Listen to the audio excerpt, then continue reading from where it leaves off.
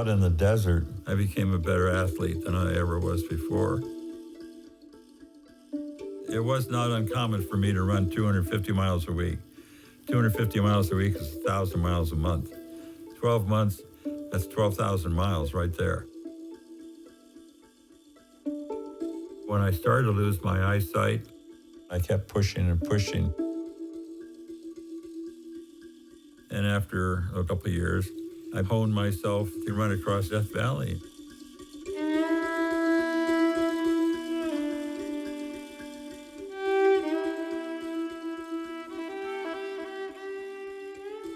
My purpose was to start at Badwater and go the roughly 150 miles to the summit of Mount Whitney. It had never been done before.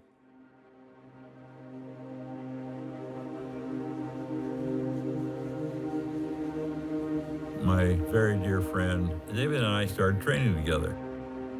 But one of the things David didn't do was the heat training. Going down to Death Valley the first time in 1974, we started at 4 o'clock in the morning. Dave came down with heat stroke after about 18 miles. If you get heat stroke, the clock is ticking. At Furnace Creek, we put David in the bathtub. I put over 100 pounds of ice on him. And there were people there, and they said they'd take care of him. So then I took off and started running.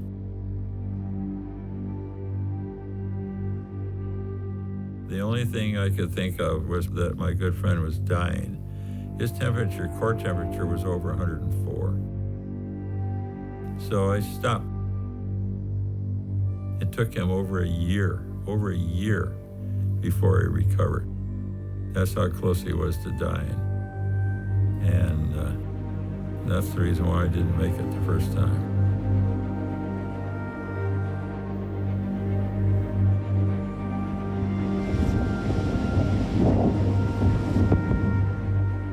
The second time I went down there, I showed Death Valley absolutely no respect whatsoever. I figured I'm going to go back and kill it. I ran a mile under 6 minutes in that attempt. I was charging instead of taking it easy. And after 40, 50 miles, I learned real fast who was the boss. You don't charge Death Valley. You treat Death Valley the same way you do when you're making a meringue. If you go too fast, the whole thing will collapse.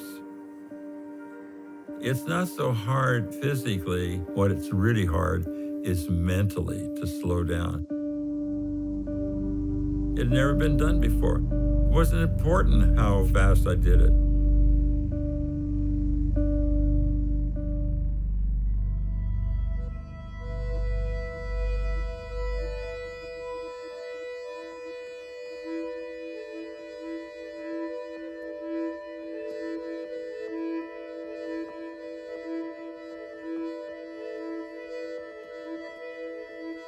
Bristlecone pines live in a pretty high altitude near Death Valley. The bristlecone pines survive where other things wouldn't because they are slowing down to a painstakingly slow growth rate. The bristlecone pines are so beautiful because you really can see their struggle is sort of inherent in their form. So it's almost like you can watch their movement over time and understand that they really want to live. Like there's a sense of doing whatever it takes to survive in a pretty harsh environment. It actually wasn't until the 60s that people knew that they were that old. A grad student had lost his coring bit in the middle of a tree, and the Forest Service said, well, just go ahead and cut it down. There's plenty of them. And it turned out he cut down what ended up being the oldest known tree in the world at the time. That was the Prometheus tree. The oldest bristlecone pines are over 5,000 years old. The oldest unitary organisms on the planet. It's really interesting to think about what was going on in history at that time. The invention of the wheel and cuneiform, the first written language. So it really actually demarcates the beginning of human history. I had been working on a lot of landscape work that was about the relationship between humanity and nature. And I got an invitation to visit some friends in Japan. I took the advice that several people had given to me, which was, if you're interested in nature, you should go visit the 7,000-year-old tree. And it's on this remote island called Yakushima. And I just bought a new camera. It was a medium format film camera. And I photographed it.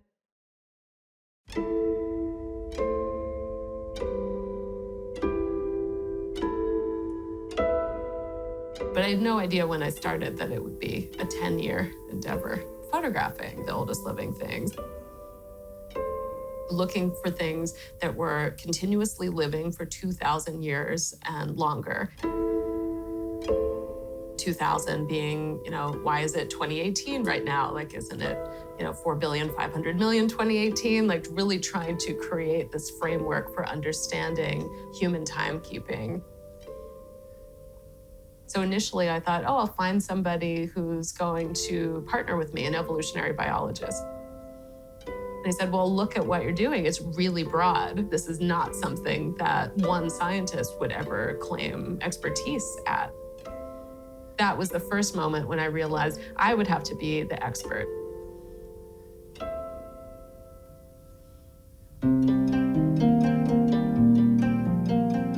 It was thrilling to learn that there were so many organisms that have been alive for 2,000 years and longer. I had no idea. The honey mushroom is a 2,400-year-old humongous fungus that lives almost entirely underground. That is actually the largest organism in the world. Its unique footprint, if you will, is that it will kill trees in this circular pattern. And so that's known as armillaria death rings. And it's quite clever because it doesn't kill the trees until after they've reached reproductive age. So thereby it's ensuring that it will continue to have a food supply. There's an 80,000-year-old clonal colony of aspen trees in Utah. It's known as Pando. And this is fascinating because what looks like a forest is essentially one tree, 106 acres in size. And what I mean by that is that it's this giant interconnected root system, and each tree is actually a stem coming up from that system. This whole system communicates with all parts of itself. So, if one section needs water, an area that has more water can send it through the root system to the place that needs it, or likewise nutrients or warning signs. I was surprised to learn that there were any animals that were over 2,000 years old, and it turns out there's several.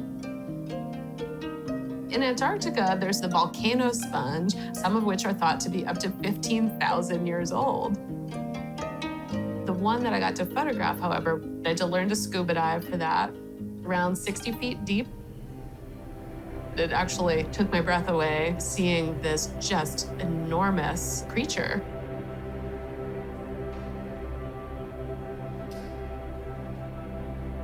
It almost looked like some lost meteorite at the bottom of the sea.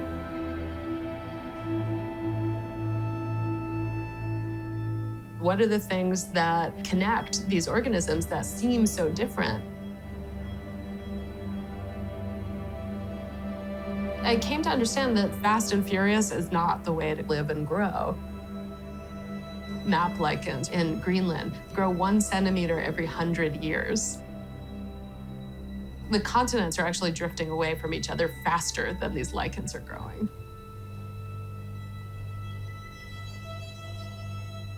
A number of the oldest living things thrive in a pretty harsh environment. Not in spite of this harsh environment they live in, but because of it. And the Atacama Desert is really one of my favorites. It has seen almost no rainfall in all of recorded history. I drove from the coast farther and farther up this, tremendous elevation, and it just gets drier and drier and more desolate. And truly, you could be on another planet.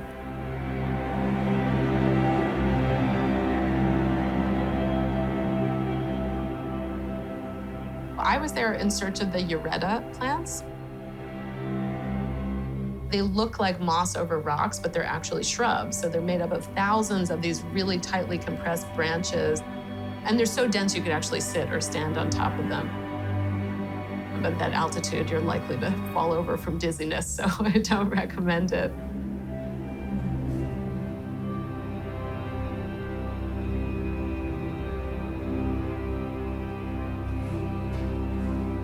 And who knows what else exists?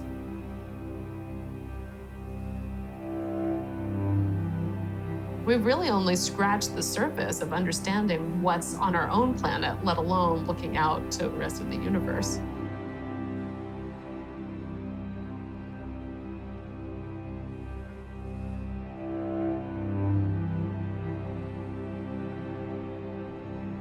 We are all living in a base camp here in the middle of the desert, the driest desert of the world.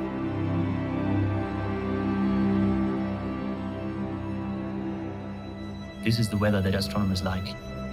So we see back in time, where no visible light is emitted.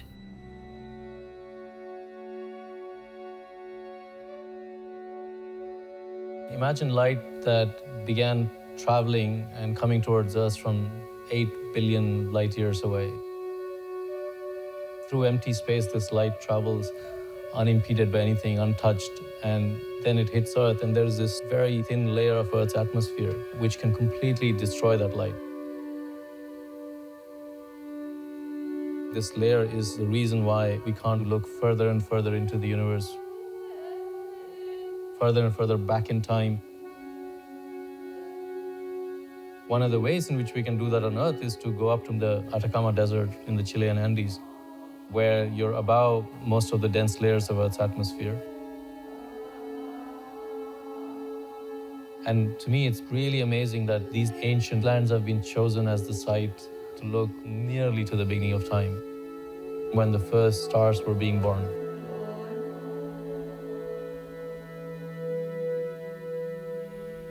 The VLT is made of 4 telescopes. The largest mirrors ever made from a monolithic piece of glass. And the surface had to be so precise. Imagine grinding a city like Paris down so that the only bumps left are about 1 millimeter high. That's the kind of precision that they needed for the kind of astronomy that we need to do now. These telescopes have become so sensitive, and the kind of things that we are studying have become so faint that astronomers are essentially in search of very, very special land that is completely radio quiet,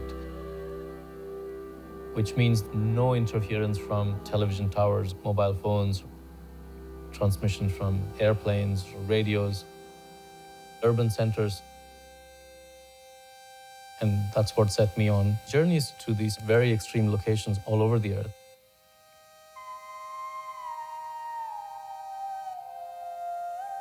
These amazing places, which in themselves are poetic, where there was extreme physics being done.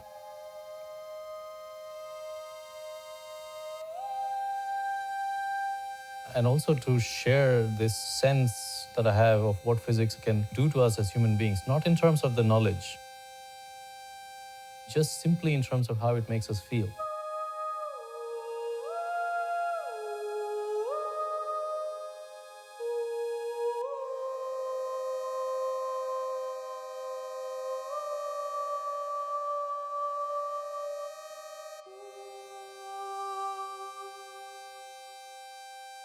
And I wanted a way of exploring that feeling, a certain comprehension of an infinity, how immense everything is, that we are part of it and probably a very tiny dot in this vast scheme of things.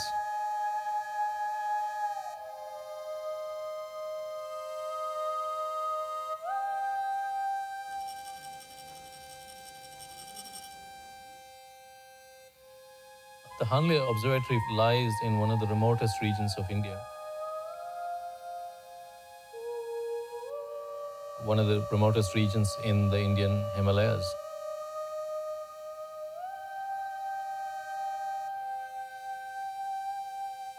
There are almost no people there. It's quite an impressive, remote, cold, beautiful place.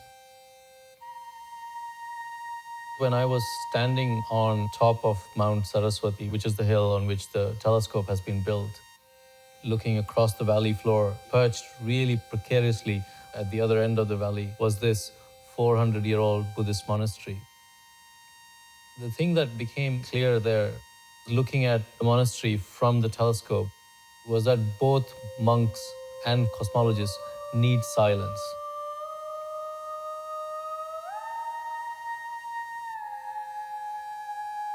It's because of this silence that we are able to look deeper into the cosmos and further back in time. We need to preserve these places on Earth, because if we don't, then we'll end up on a planet that is so noisy, from television towers, mobile phones, or light pollution, which is a kind of noise, that we will be stranded in this cosmos without an ability to look outwards, to understand our very beginnings, and maybe understand where we are headed.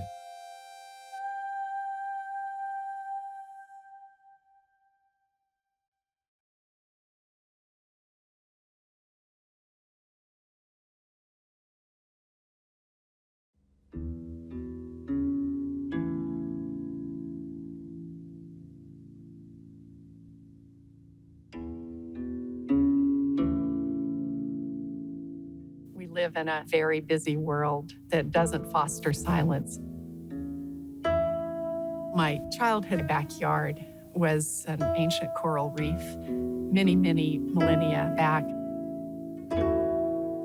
It's like a cathedral, a place of great beauty and silence.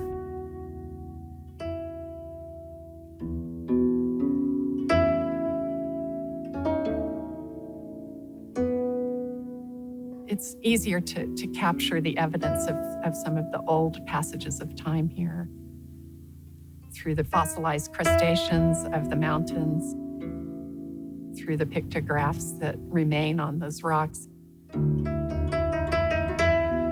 highly polished ancient mammoth rubbings,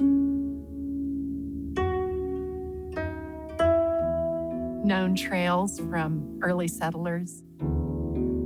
So there's this beautiful echo of what's passed through, and I like to think about the people that came way before my own passing through, that their echoes are still here as well.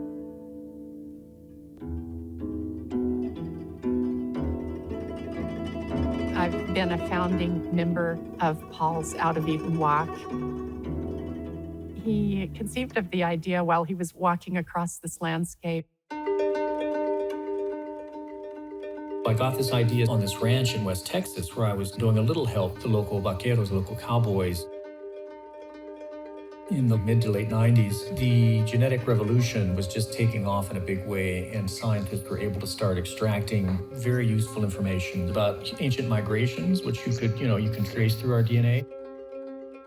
I thought, what if I retraced the route of the first human beings who walked out of Africa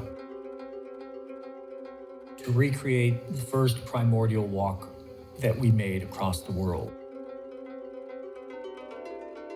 The first discovery of the world by the first Homo sapiens, the first exploration of the Earth back in the Stone Age.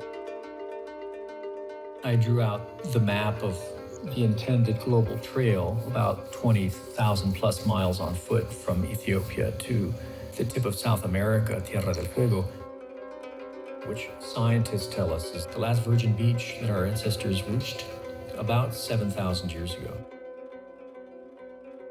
Okay, go ahead. I've been a foreign correspondent for the past 15 years. Foreign correspondents normally cover stories as they happen. They fly to story A and they fly to story B. What this project hopes to do is connect the spaces in between. And the argument there is that There are hidden links between major stories of our day that never get covered because we simply don't slow down enough to see them. Paul's walk comes at a time when journalism is pressed on all sides by short attention span because of the immediacy of the digital age and the internet. We're still carrying around a Pleistocene brain that absorbs information and processes the world at the pace of walking at 3 miles an hour. Do you remember what Linda's reaction was?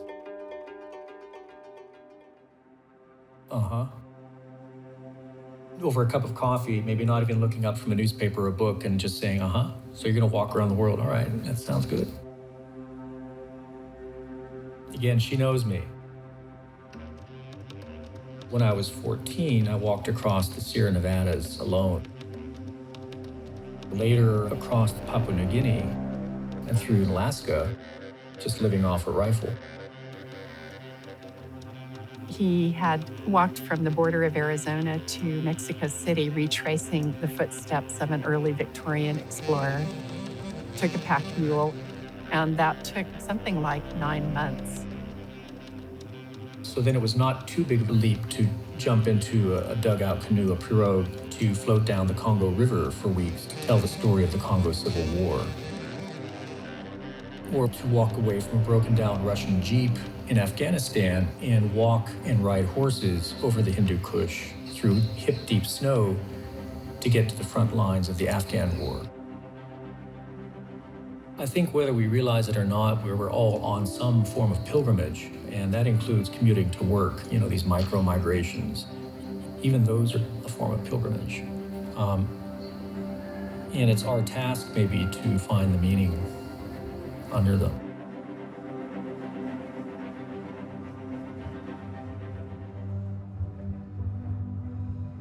Being fearless is important for anyone who's trying to do something of the unknown. So I started to extend my training, acclimating my body to temperatures. For example, I rode a stationary bicycle in the sauna. The air temperature was 165 for 10 hours. I made sure that my skin did not touch the bike because it had been like a soldering iron. I would have scored myself. I didn't know I had this capacity. I did not know. 10 hours is a long time, but it's not 2, it's not 3 days. I wonder how much I can take. All the pain that I inflicted to find out about myself. Each step pushing the boundaries further and further. It took me 4 years, 15,000 miles. Then I started thinking, maybe I can run Death Valley.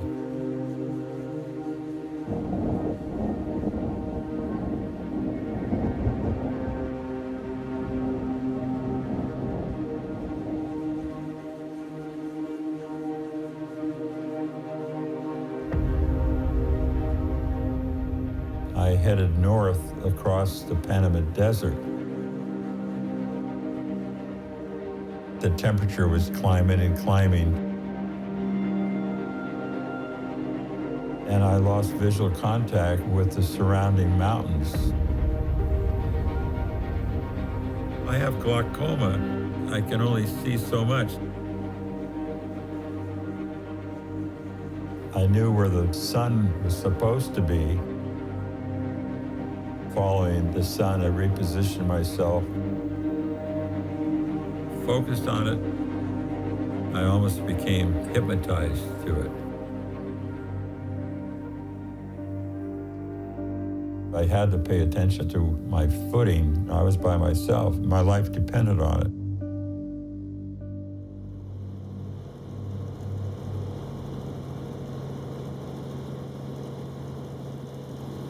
Before setting out, in December of 2012, I went down to the finish line to meet the last native speaker of her indigenous language in that part of the world. So I spent a day with her at her cabin next to the Beagle Channel in Chile. This is just across the channel from Argentina, listening to her talk, and she would walk around and say, a canoe is this, and a rock is this, and the river is this. Recording this language is a form of gathering a precious stone at this point in time where a language is about to wink out, to carry with me across the world. To remind myself partly why I'm doing this. Because this project is rooted in the bedrock of history. And in that sense, it's also an act of remembering. And I just wanted to remember her as I walk towards her. I don't know if she'll still be there. I don't know. When I get there, she was quite old.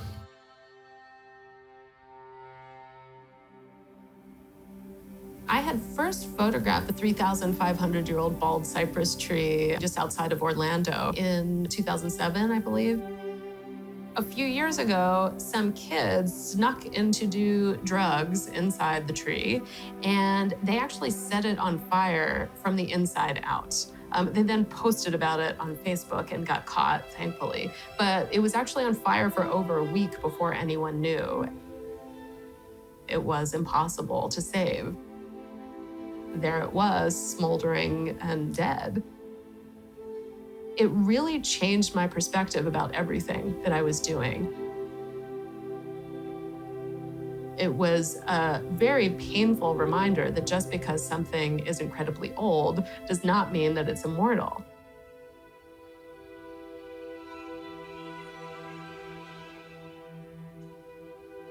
In South Africa, a researcher I was speaking with introduced me to something that are collectively known as the underground forests. That area is very prone to fire, and what these trees did was basically migrate the bulk of their structures underground. And that way, when the fires inevitably come through, it just singes the top of the leaves off, which they can easily reproduce. And so I visited one that was around 13,000 years old. That's been around since mastodons and saber-toothed tigers when humans started farming. However, a few years later, I was informed that it had been destroyed when they decided to change the traffic patterns outside of the garden and paved right over it. It hit another note of the chord of what it means to be looking at time. The whole point of the project really was to create a relationship with timescales that are far removed from our normal human experience. And by doing so, to create a relationship with that time that's personal.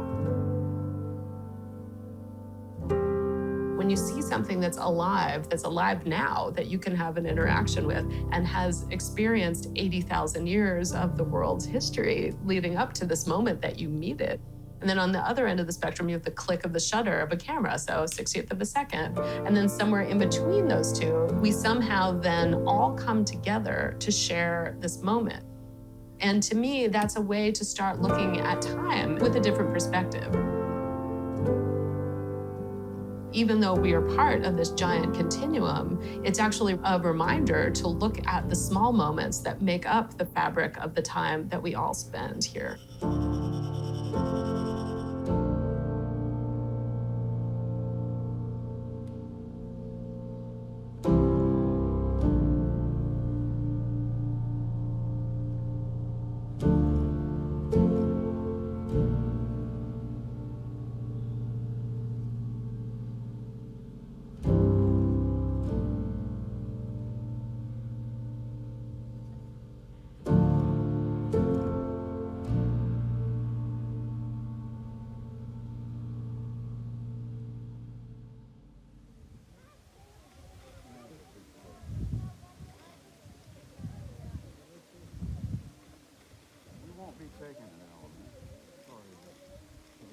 One of the places where some of the oldest Homo sapiens fossils have been found is the Rift Valley of Ethiopia. Bones about 156,000 years old. So I chose that as my starting line back in January of 2013 and walked away from that boneyard up the Rift Valley of Africa.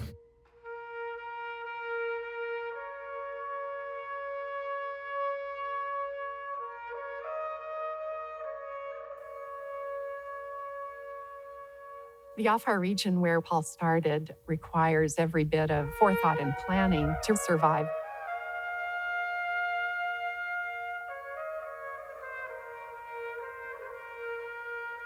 I'm grateful that I was able to join Paul, seeing him take the first few steps. As we continue to know each other, our paths they converge and diverge. He has been trying to understand the world and who we are through the soles of his feet. The antidote to instant news and abbreviated viewpoint. In my case, my path has to move through a level of abstraction to pursue those questions. For a period of time, we knew each other in the template of a traditional marriage.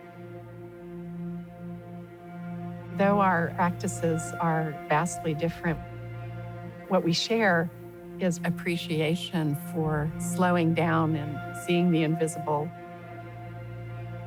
But I suppose one of the more harrowing moments for me was when Paul was abducted along the Sudan-Chad border in 2006, and he went missing.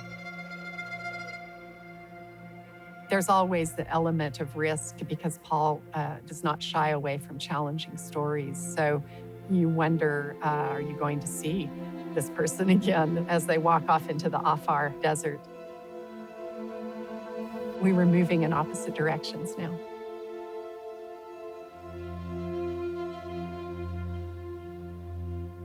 I saw horrible things about how we treat each other as human beings in my career as a war reporter.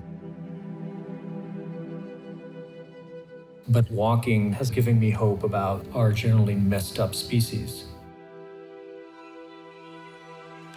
Walking creates bonds. You get to know people. You talk about your life with each other. It's a bridge to that person's mind and heart, to their cosmos. On this journey, though, across continents, I hoped that things were going to be okay.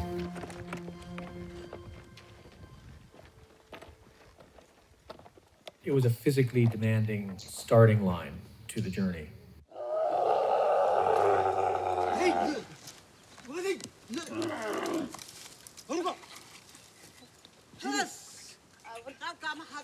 The temperatures were extreme. The very first days of the journey were defined by this harsh reality of walking through a drying landscape where pastoral groups were fighting each other over shrinking pasture lands and drying water holes.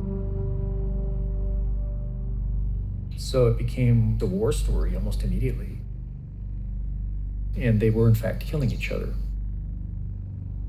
So we have actually walked through the Rift Valley along a very strange snaking route that if you took a satellite picture would seem nonsensical because there's no barrier.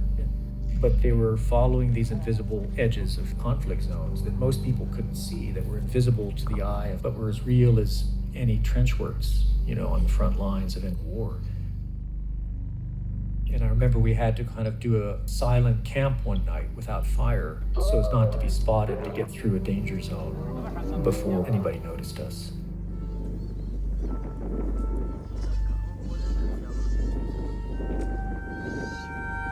Climate change, it's a very difficult thing to convey to people because it appears to be moving so slowly. It's an incremental calamity.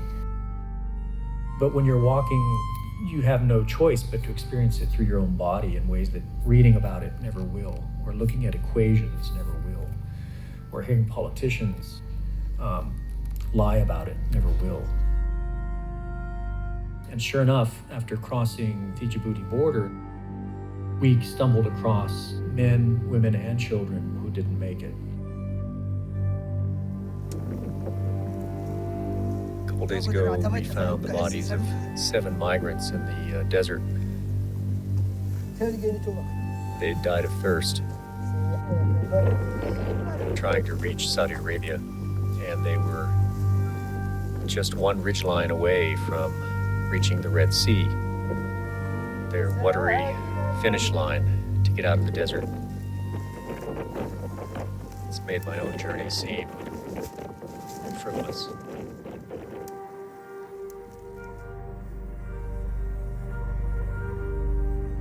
I've been on foot now for 40 some days.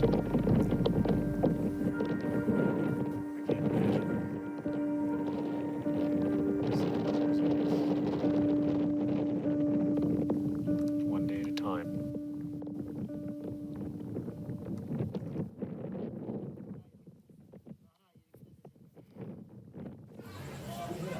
So I'll just ask the question again. Ok, on va juste reposer la question.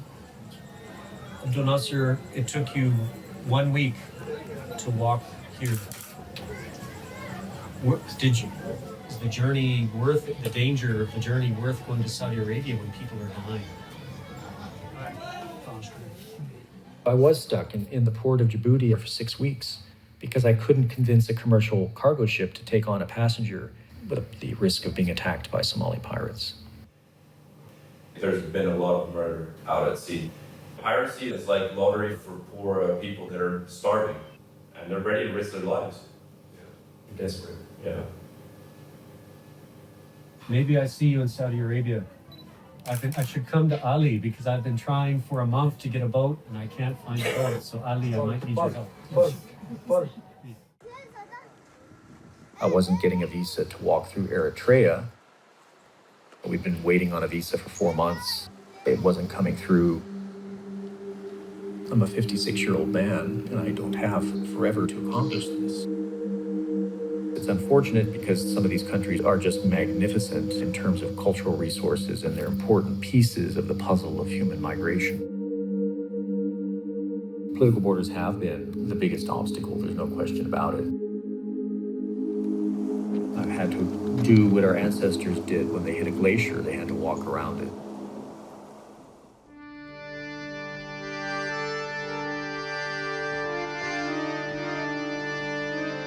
We've always been grasping for something beyond our reach. The journey itself makes us human.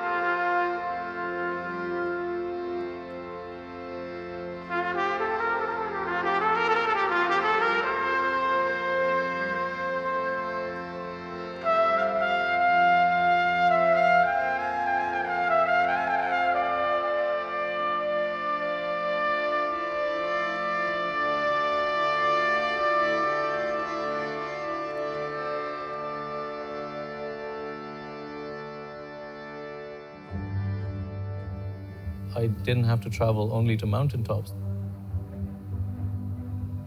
The questions that we are asking, understanding ourselves, understanding the history of the universe, have become so difficult to answer that we require massive experiments all being done in some very extreme locations because of the sensitivity that you need to even begin answering these questions. Dark matter may be the scaffolding of the universe. We don't see it, but it's there. It's what draws visible matter into place. But there's much more of it than there is of the visible matter. It represents 85% of the matter in the universe, we believe. And we don't know what it is. Dark matter will pass right through an atom. What are you going to build that's going to actually capture one of these particles?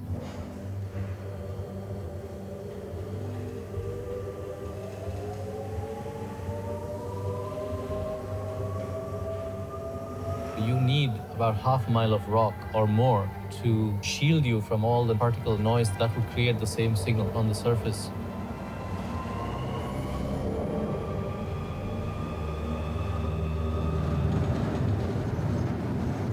Even after you've gone half a mile underground, humans are radioactive enough that if you stand near one of these detectors, it will go off as if a dark matter particle had hit your detectors. We know lead can shield us from radioactivity, but new lead itself is radioactive. What these physicists did is they found some lead that had been salvaged from a ship that had sunk off the coast of France in the 18th century. These are the kind of lengths that they've gone to build a detector that is completely shielded so that it can detect this very, very tiny signal of a dark matter particle. Most theories suggest that at very, very small scales, the structure of space-time is not completely smooth. It might be frothy. How would you find such a structure? Theory tells us that neutrinos are particles that will interact with the structure of space-time. Some of the earlier neutrino detectors were essentially large tanks of water that were lined with photomultiplier tubes put inside mines, looking for the flash of blue light that happens when a neutrino hits a water molecule. And in order to have any chance of detecting them, you need larger and larger volumes of water. The Russians came up with a really ingenious way of addressing this problem.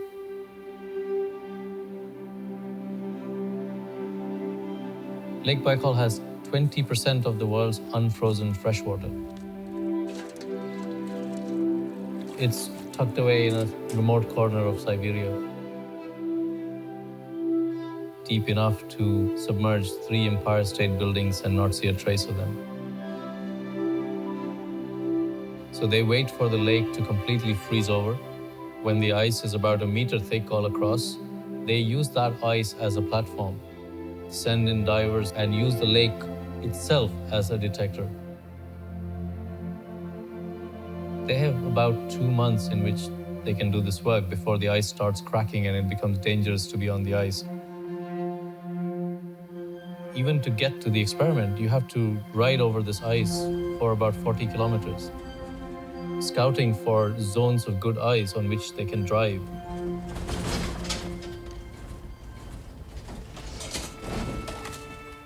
One of the challenges of doing neutrino physics in a lake is that for every neutrino, there are about 1 billion cosmic ray muons that also hit the water, also creating the same kind of blue light.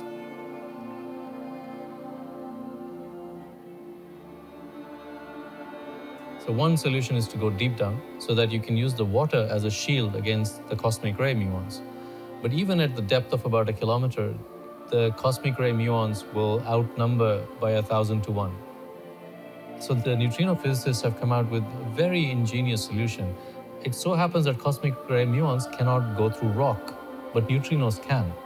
So imagine now that you're looking at neutrinos that are coming from the other side of the Earth and hitting the bottom of Lake Baikal. So you're essentially using the entire planet as a shield against the noisy cosmic ray muons, and you're creating a zone of silence just at the bottom of Lake Baikal.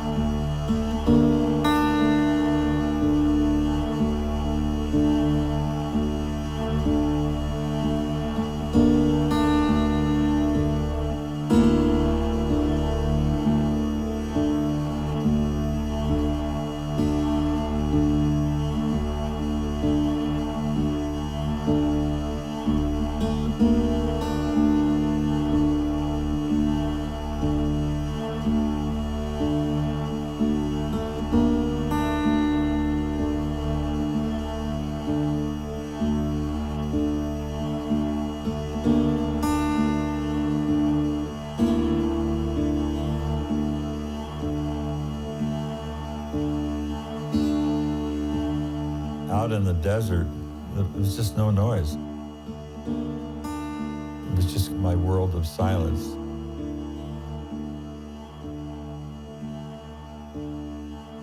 I have no clue why I do these things. Losing my eyesight, I saw better within than I ever saw before. The real world was blurred, so I went with seeing from within inside. And that enabled me to run for phenomenal distances. 1 foot in front of another, mile after mile.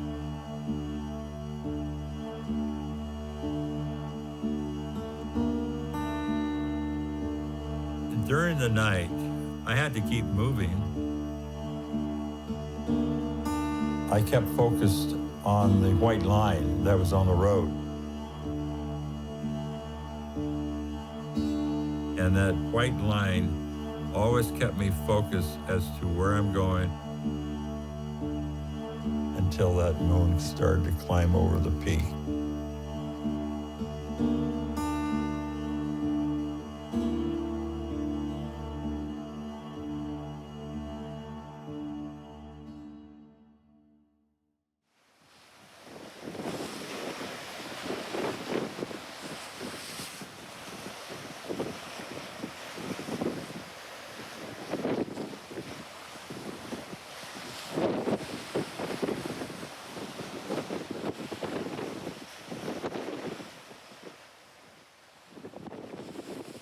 I arrived in Saudi Arabia on a Syrian cargo ship that was carrying 9,000 sheep and 800 camels from Africa.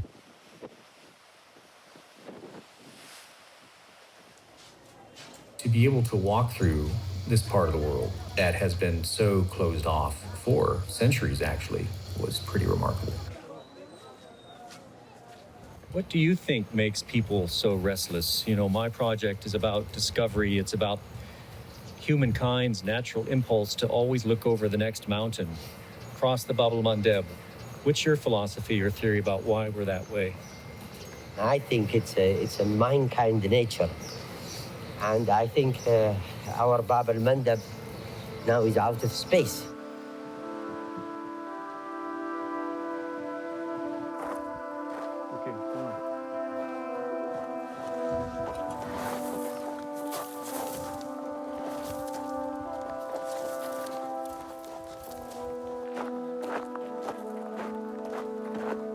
We have walked 2 days out of the vast port city of Jeddah. Ahead, the long, austere salt plains of the Hejaz coast, a white ramp that leads 700 miles north to Jordan, a strip of Saudi Arabia not traversed by an outside traveler on foot since the days of Lawrence of Arabia.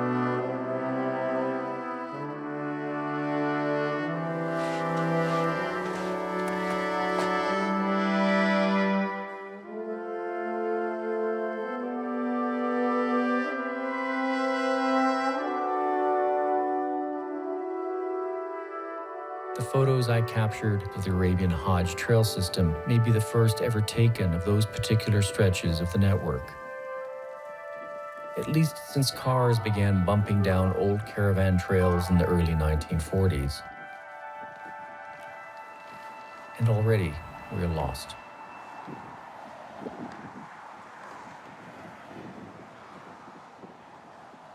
Modern-day Saudi Arabia has lost so much memory beneath sleek highways, parking lots, hotels, malls. Saudi Arabia is a more urbanized society than the United States today. Because they've had oil wealth, they live in these westernized bubbles. Cars with rolled-up windows. And herein lies a paradox. As our species becomes more successful, more populous, we fracture the world into ever tighter panoramas, into countries, provinces, neighborhoods, houses, private space.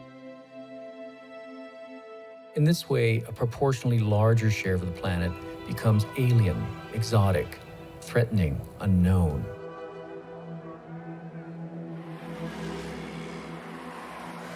In a sense, the car has become a prosthetic for a world that is no longer human in scale.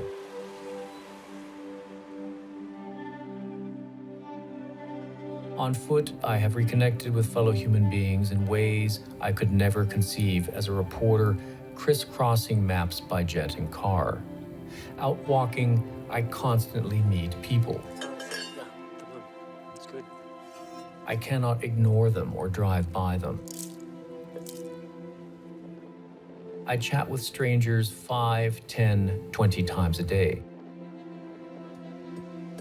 People unlike me who carry very different ideas and universes inside of their heads. It's the opposite of the echo chambers of the internet. It's the difference between a tweet that's exchanged at the speed of electrons and a heart-to-heart that can change your life. I'm not just talking about walking across the world. I'm listening my way across it. In this way, walking builds a home everywhere.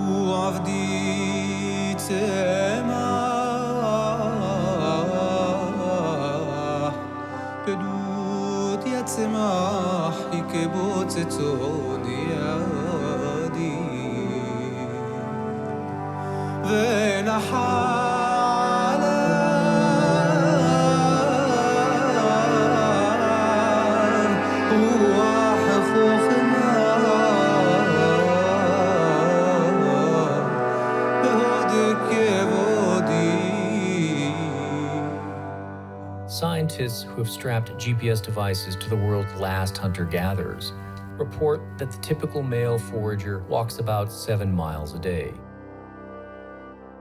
like walking annually from New York to Los Angeles. This is roughly the distance I'm covering year to year. It's normal. It's sitting down that's actually insane. We do way too much of it. It makes us sick with depression, addiction, and attention deficit disorders.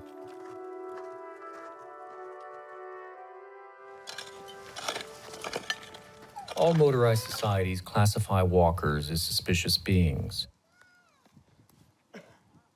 I personally have encountered hundreds cast up everywhere like flotsam, escapees from the wrath of nationalist mobs in the cities.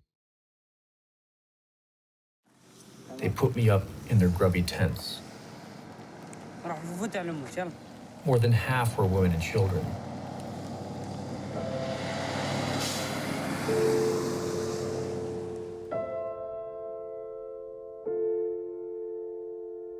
I'm in a valley called Wadi Natuf. The first human beings to ever stop walking took up residence in a cave here 10,000 to 13,000 years ago. They concocted a world-changing idea, home. No longer was all movement worship. Meaning, not to mention God, began to assume a fixed address.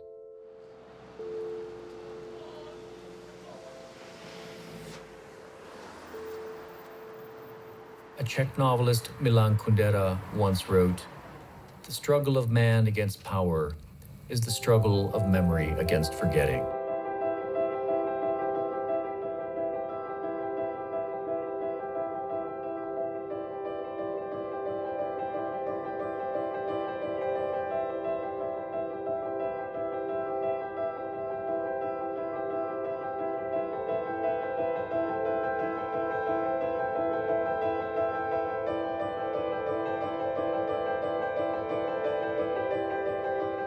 As we set out on this project, the lives of 2.3 billion people, a third of the world's population, are potentially linked through electronic devices.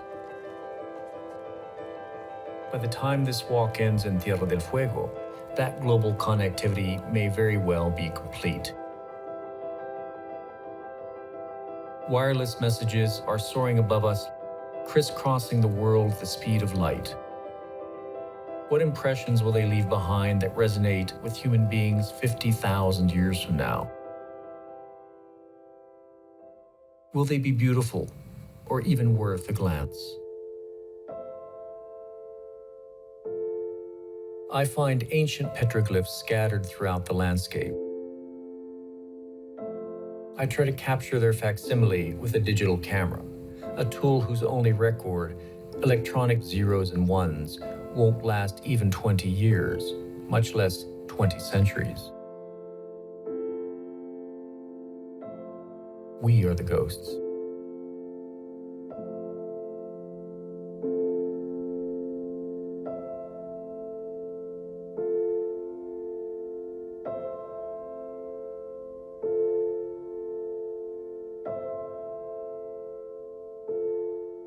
So the oldest living thing that we know of is some bacteria living in the Siberian permafrost, doing DNA repair below freezing, meaning that it's not dormant. It's been living and growing there below freezing for 500,000 years.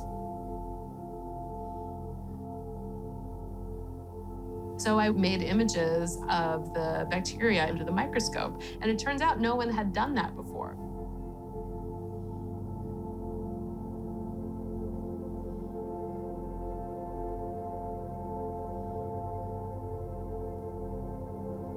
There are stromatolite fossils all over the world. The stromatolites date back to 3.5 billion years ago. The stromatolites actually did the job of oxygenating our atmosphere. It took 900 million years. So I like to say, the next time you take a breath, thank a stromatolite. The oldest colony is living in Western Australia. Astrobiologists have studied this idea of bacteria potentially having piggybacked in on a meteorite and landed on Earth somewhere. And it turns out there's a meteor impact site right over the crest of the beach where I photographed the stromatolites. So I'm not saying that's where life on Earth began, but it's certainly really fun to try to start to puzzle that out. I had an opportunity to visit CERN where fascinating questions that would answer so many things for us are being explored. What is the nature of the universe? Can we replicate the moments after the Big Bang? What happened in the depths of time that we wouldn't normally have any relationship to otherwise? The Large Hadron Collider is where you get a sense of how extreme these detectors are. When you actually enter the caverns that house the world's biggest machine, the coldest thing in the universe, colder than outer space. At CERN, we built a machine that's the size of a city, recreating the kind of high-energy environment that has not existed in the universe since a fraction of a trillionth of a second after the Big Bang. What we're looking for is the genetic code in the universe. This is a device with 80 million channels of electronics. It uses 1 full year of the planet's production of helium to run. Magnets had to be developed 250,000 times the strength of the Earth's magnetic field. It's like a racetrack spread out over 27 kilometers, and you have particles that are moving close to the speed of light. They're going around 11,000 times per second. And they collide in a very small space, finer than a human hair. The equivalent to firing knitting needles from Europe and from America and having them collide head-on midway over the Atlantic. If you put enough energy into a collision, you can create particles out of nothing. We seem to need 17 particle types to build a universe. I was elected the leader of the experiment to search for the Higgs. It's been called the God particle because we require atoms. Atoms are what builds the structure of everything we have, including ourselves. And without the Higgs, there'd be no atoms. We're producing 200 million collisions a second. This is huge, and this is a worldwide enterprise to pick out the interesting one. Down the hallway from me, Tim Berners-Lee developed the World Wide Web for us to coordinate all this information. We built the LHC as a collaboration of 178 institutes worldwide, 40 countries. And that's something our civilization may have been known for as one of the key things we've done. We keep extending into new regions beyond our imagination. Extra dimensions, the fabric of space-time, the production of black holes. And if there's no more accelerators built, because the next ones would need magnets the size of the galaxy, it often occurs to me that the work we're doing now may have to stand for millennia. Who else is going to look back to 1/1,000,000,000 of a second after the Big Bang?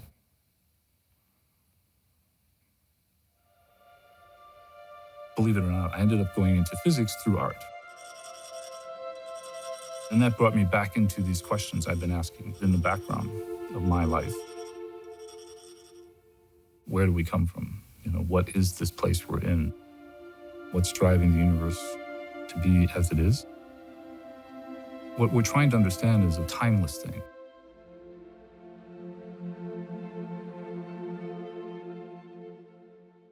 A 100,000 years ago, pigments were being made for the purposes of art. 40,000 years or so ago, we have the oldest surviving artwork, and it's this red dot painting. That artwork, it turns out, was made by a Neanderthal artist. To me, what that says is art was important to the human experience even before we were fully human.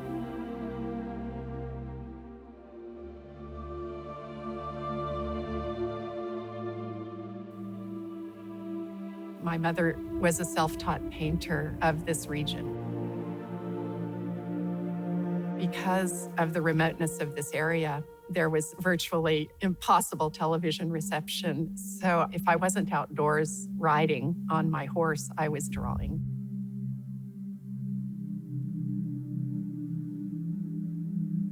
As I matured more with my work, eventually the actual depiction of the landscape began to fall away. The process of drawing for me is really about accessing the edge of memory. Some sort of pre-conscious or unconscious knowledge that we all share, that if we can get out of our own way, we could access this place and access what we know. And it's this kind of deep memory that I find is the inexhaustible reason why I keep working. And this is a kind of memory that I believe has to exist in us from the tiniest level of being of who we are and what we have evolved from. And that's why stillness is so important, that deep, deep recessed knowledge can surface. Something is being accessed that I can't know consciously, and yet it's there. If I don't dictate ahead of time what the drawing is to be. I do feel that the grasses have memory, that the soil has memory, the air has memory.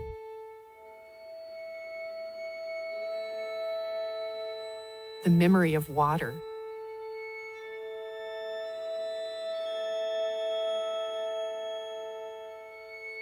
When you think about the DNA we carry and the heredity that we carry, why can't we have cellular memory? That reverberation is going all the way through.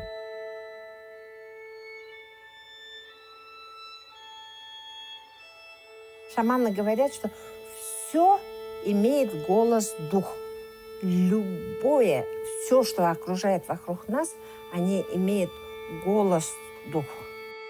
Шаманы говорят голос дух, а наука сказала бы вибрации. Все есть вибрации. Они слышат это голос. То есть не только слышат, они воспринимают.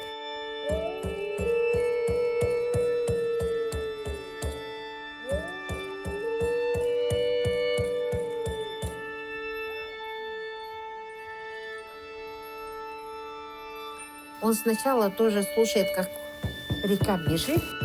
Он на реку настраивается и потом исполняет.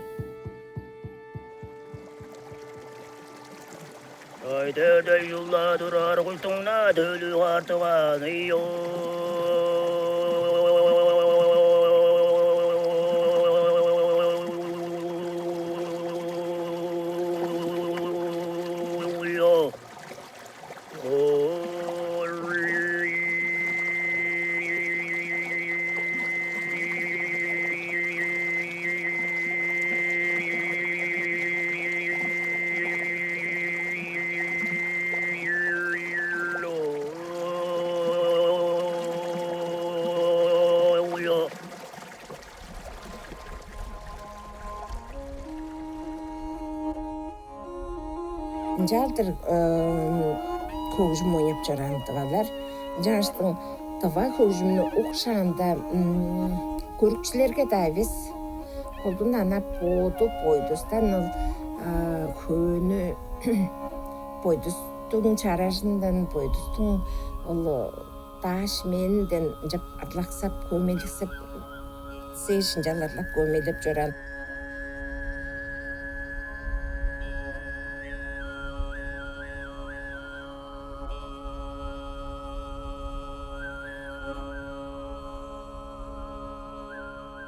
Бір туғардың нақпаштың олыстарының ассоциации с космическими звуками какими-то. Их уносят в космос.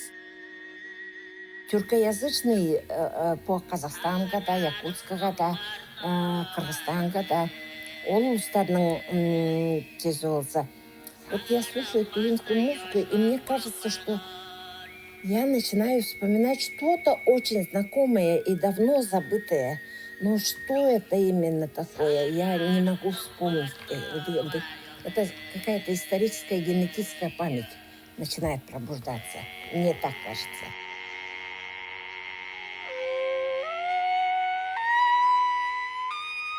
The universe's first light has in it the imprint of primordial sound waves. They essentially set the universe ringing with a fundamental frequency and a whole bunch of harmonics.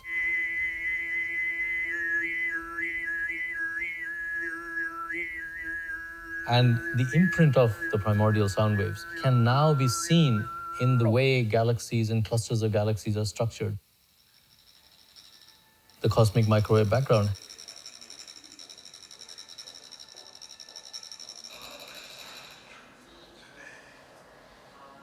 So this is the cosmic microwave background, which is the earliest light in the universe. So 380,000 years after the Big Bang, this radiation was imprinted on the sky.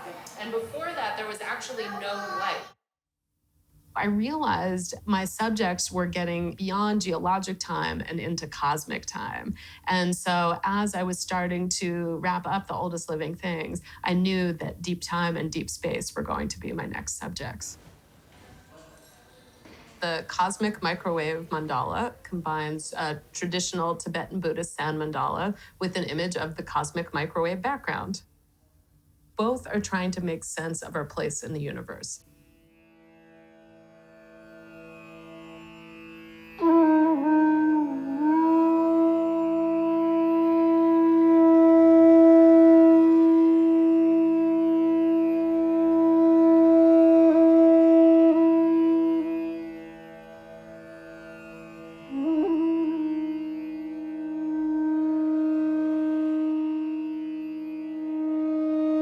In Tibetan Buddhism, there are a lot of correlations between the human body and the cosmos.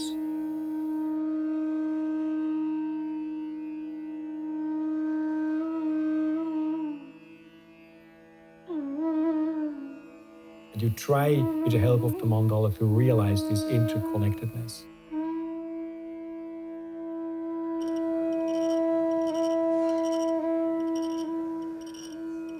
It's also a depiction of an inner cosmology. You carry the cosmos within you.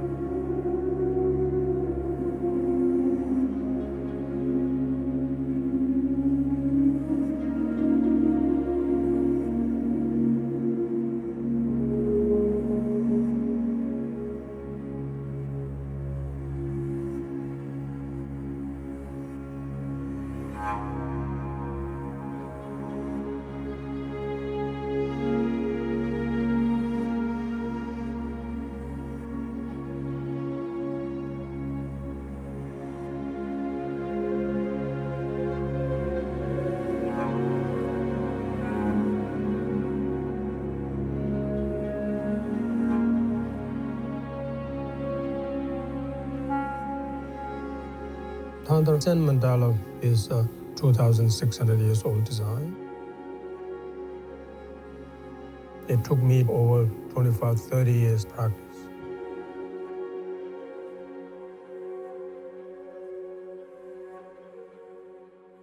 I've been doing this, fighting for my country.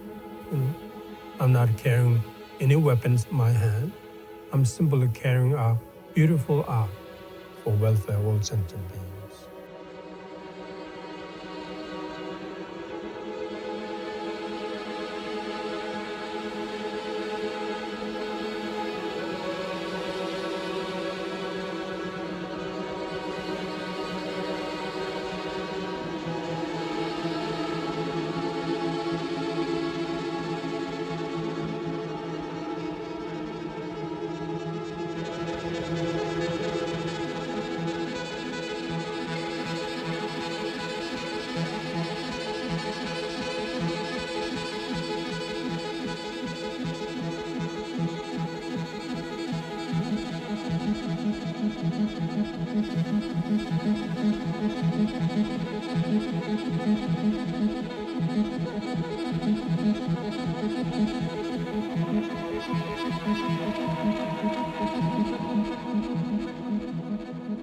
When I first saw this beautiful mountain with the sun breaking over behind me and capturing the peak, I said, okay, sweetie, I see you. I've trained a long time to get here, but it's still a long way to go. I've got a lot of miles, a lot of footsteps.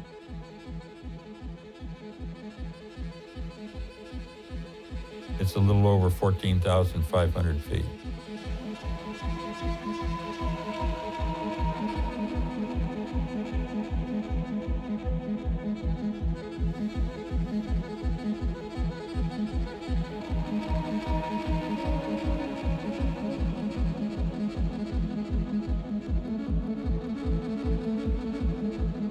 As I was approaching the last mile on the climb, I just savored every step.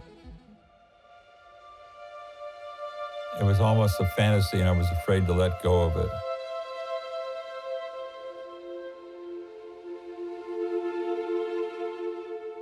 That was cumulatively about a 200-mile run, 84 hours. I'm awake for over 4 days. I thought about all these things, and when I got to the top, I was just crying. I couldn't believe it. I started crying. And I looked back towards Badwater. I knew that I had gone up that desert by myself as far as I could see. But I didn't realize my adventure was just starting.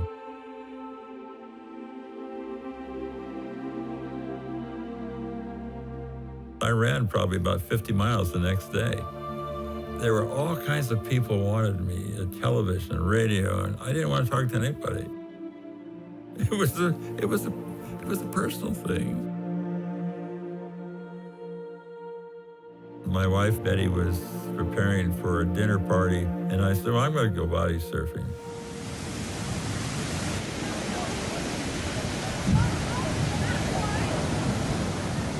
Next thing I knew, I was sucked into the first of a series of rogue waves. Eventually it was washed ashore, and they were able to find me, and at that point I was totally paralyzed.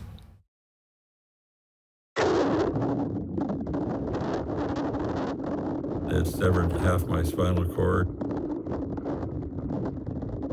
I could visualize my wife preparing for a dinner party that would never take place.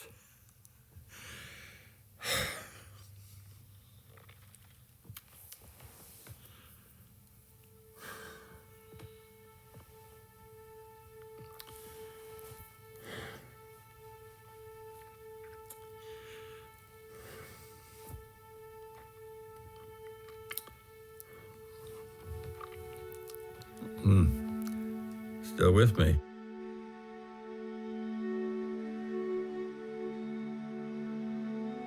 The therapist put me in a wheelchair. I said, I'm going to walk again. And she says, you'll be lucky if you walk at all, even with a walker.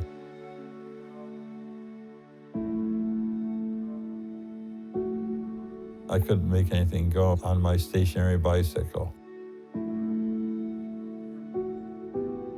I couldn't hold anything in my hand.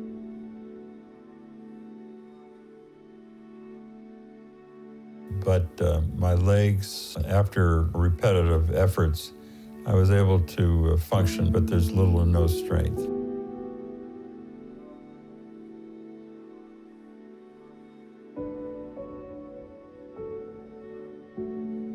And it was at that point I realized that I've come a long way.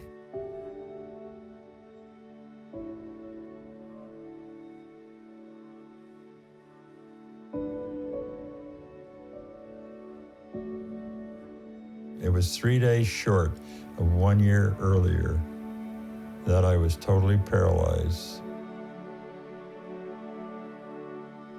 I said, put me on my stationary bicycle. And I remember that I prayed, and I rode that bike for 10 miles.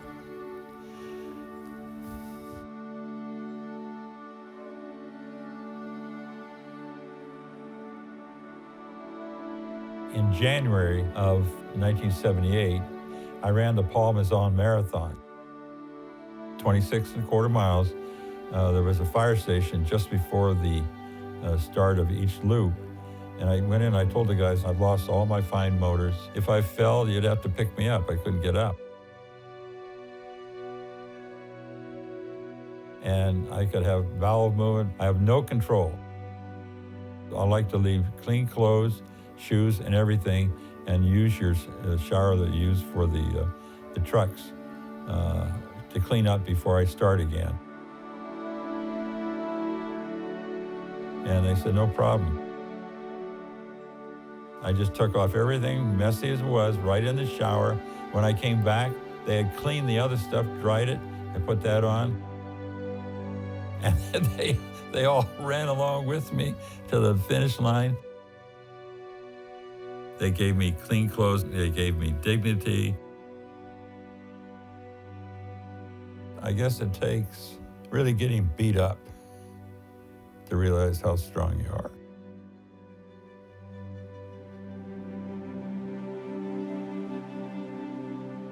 You know, I've lost my external mobility, but the internal mobility expands, just like the universe.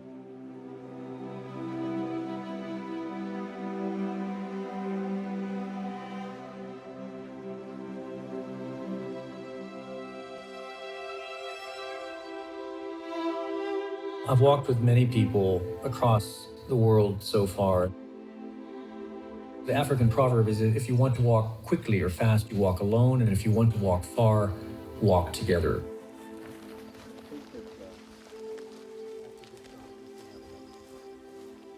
By walking with a local person, they allow me to see that landscape through their eyes.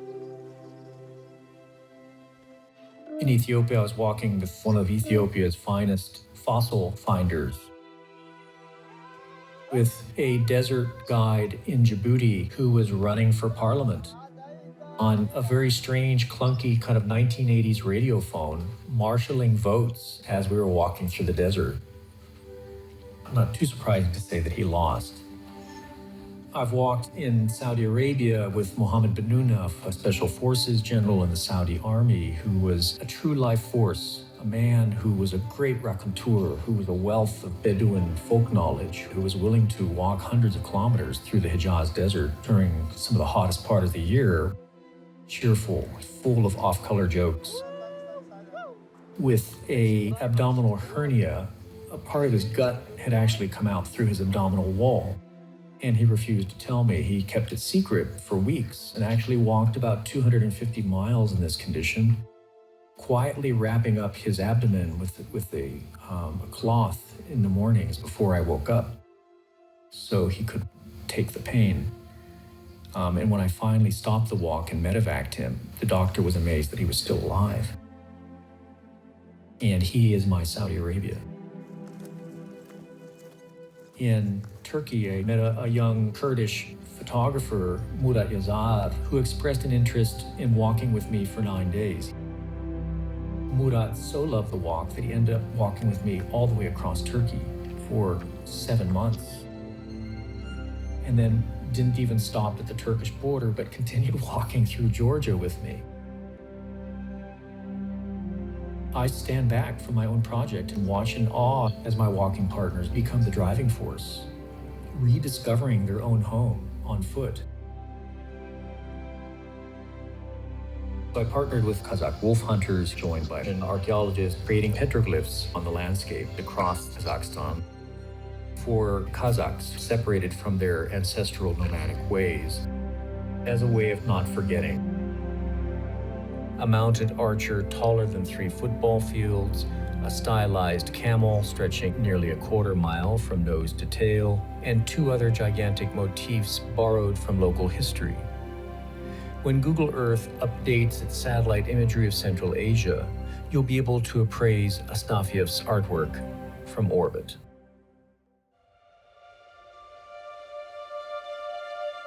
A melon seller from far western Uzbekistan decided to join the walk. And he was also a forced migrant, a man who was so poor that he'd been forced dozens of times to go work illegally in Kazakhstan as a construction laborer, and had the scars on his body from Kazakh police beatings to prove it. And Tolik was almost a folkloric figure. His attitude to life was totally unflappable.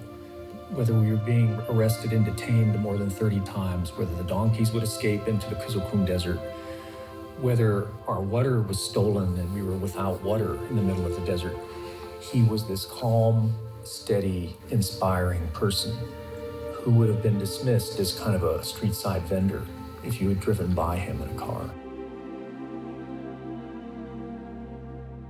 The idea is to gather them all. I don't know how I'm going to do it, but I'm going to do it. I'm going to find somebody to pay for their air tickets, to gather hundreds of these people to whom the walk belongs, as much to them as to me, in Tierra del Fuego at the finish line, and then have us all walk together for the last day down to the Antarctic Sea. Because in truth, this isn't only my journey, it's yours too. If you go far back enough in your family tree, some ancestor walked the trails that I'm following. We're all walking together into the 21st century.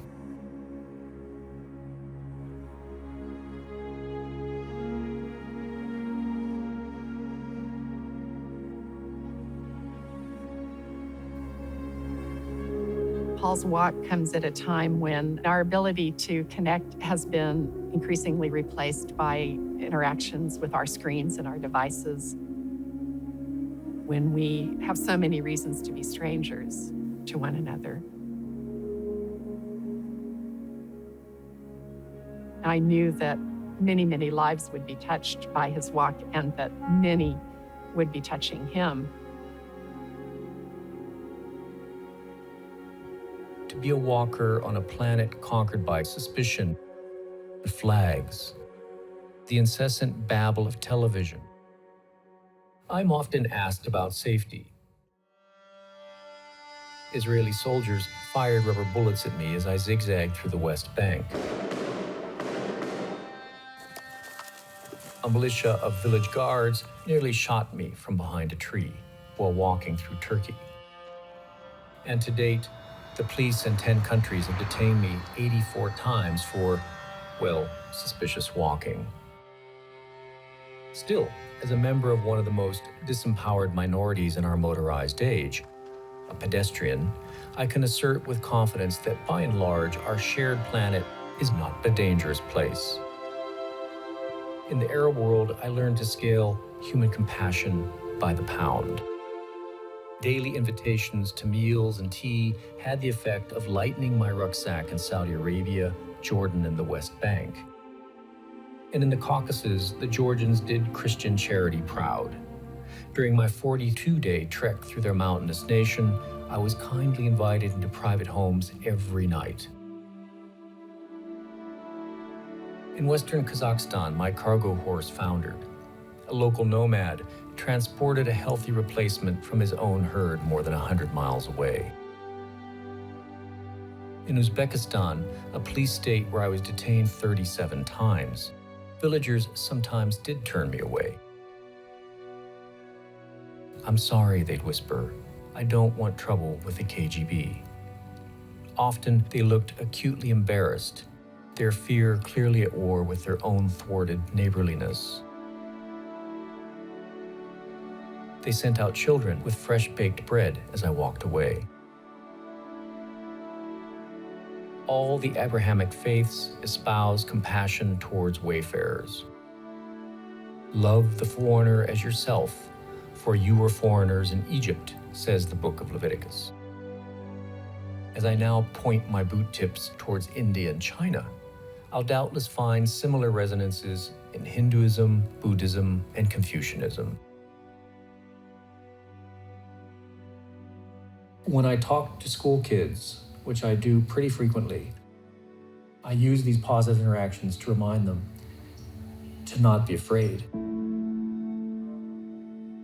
Because I think in today's day and age, when we're inundated with a tsunami of anxiety-causing news about the other dumped on your head every day, the weird after effect of the information age explosion is a recurrence of tribalism.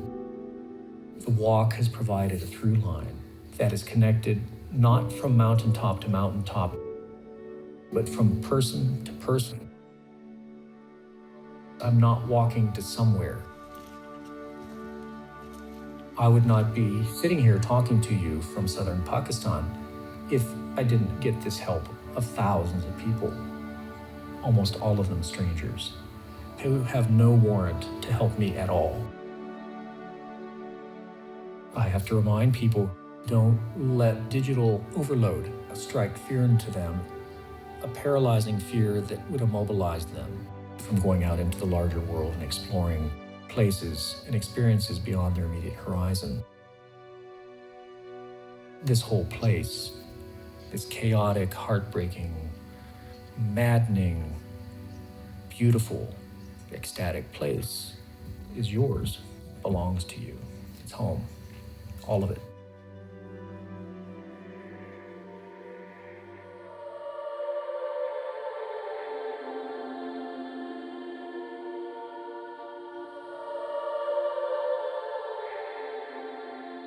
I was born in suburban California, but raised in semi-rural Mexico. Like many children who straddle borders, I learned to pour my loyalty into relationships, not places.